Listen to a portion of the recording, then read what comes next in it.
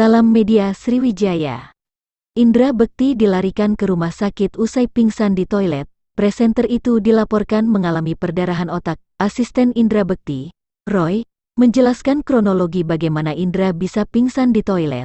Saat itu, Indra tengah melakukan siaran di salah satu stasiun radio. Dapat cerita dari tim jadi, hari ini ulang tahun kerjaannya tiap hari siaran salah satu radio, tiba-tiba izin ke toilet, nah dari toilet nggak balik-balik disamperin kondisi lagi pingsan, ujar Roy kepada awak media, Rabu, tanggal 28 Desember tahun 2022.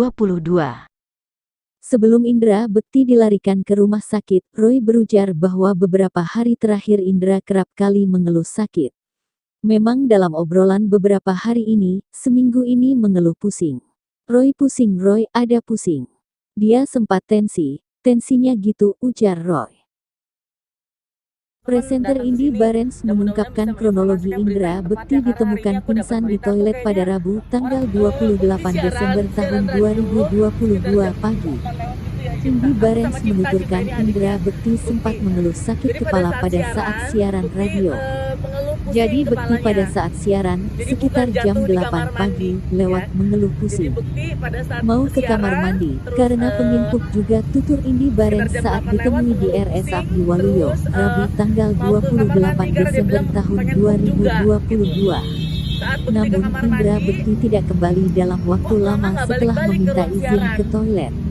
Akhirnya, pintu toilet terpaksa didobrak karena terkunci dari dalam. Setelah dicek sama tim, kan pintu kamar mandi itu dikunci tuh dari dalam. Jadi terpaksa harus dibongkar dari luar sama minta bantuin security, kata Indy Barens. Menurut Indy Barens, Indra Bekti ditemukan terduduk di atas kloset. Saat itu terjadi, Indra Bekti dikira tertidur. Namun ternyata pingsan. Pikirannya tertidur, tapi sepertinya sedang pingsan. Jadi bukan jatuh di kamar mandi. Dalam keadaan duduk terus dia sudah tidak sadar, ujar Indy.